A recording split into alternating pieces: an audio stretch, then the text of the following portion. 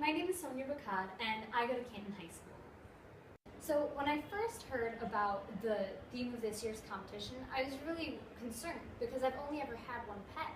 I had a betta fish when I was still in elementary school, and he died in elementary school too. So I know virtually nothing about pets, but I was thinking about the word again and I thought of my friend Jasmine. She knows a ton about pets because she's always had a couple cats, a few birds, and some other pet like a hamster or a dog. So when I asked her if I could take pictures of her pets, she was super excited to show them off.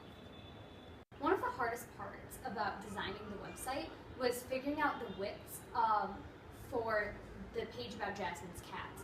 I knew what I wanted the page to look like, but the content wouldn't all fit. At first, the divs were, the widths of the divs were percentages, whereas the widths of the image, the margins, and the paddings were in pixels. So that totaled up to over 100% of the container being used in space. So that caused the last div, the one about Felix, to be pushed downwards on the screen so that it would accommodate for the sizing. So what I tried doing is I tried changing the height and the width of the image with both of the cats in it, but it wouldn't look the same. The page wouldn't look the same on each of the browsers and each of the computers that I was working on.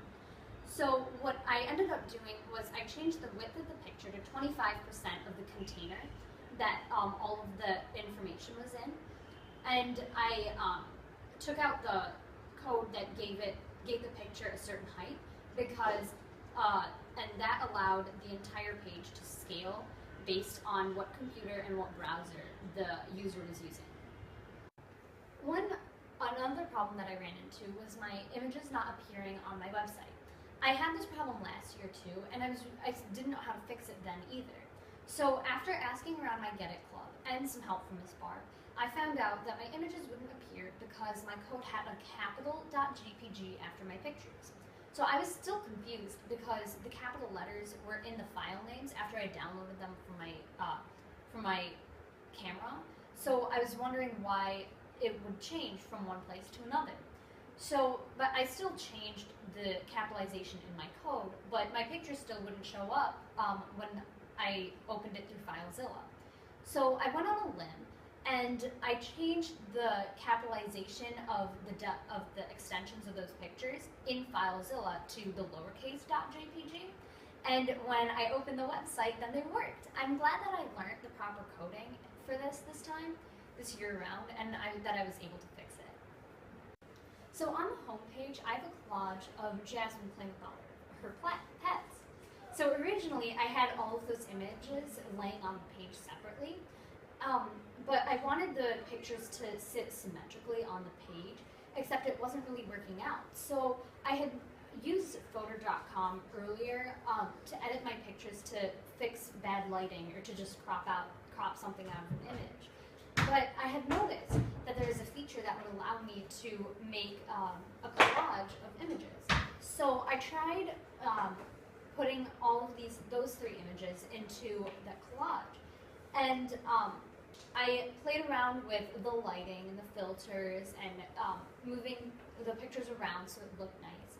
And it came out really well. So I put that picture on my home page because it really it connected Jasmine and her pets. And I also added a picture of Loki, Jasmine's black cat, to the index page too because he was a little left out of the collage.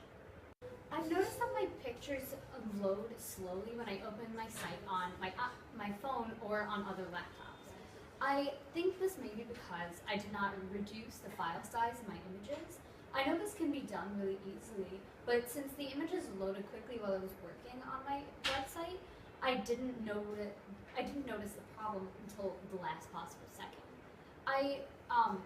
It's good to learn about small details like image compression so that I can implement them in later projects. Thank you so much for choosing my website as one of the finalists. I'm really excited for what this means for my future in technology.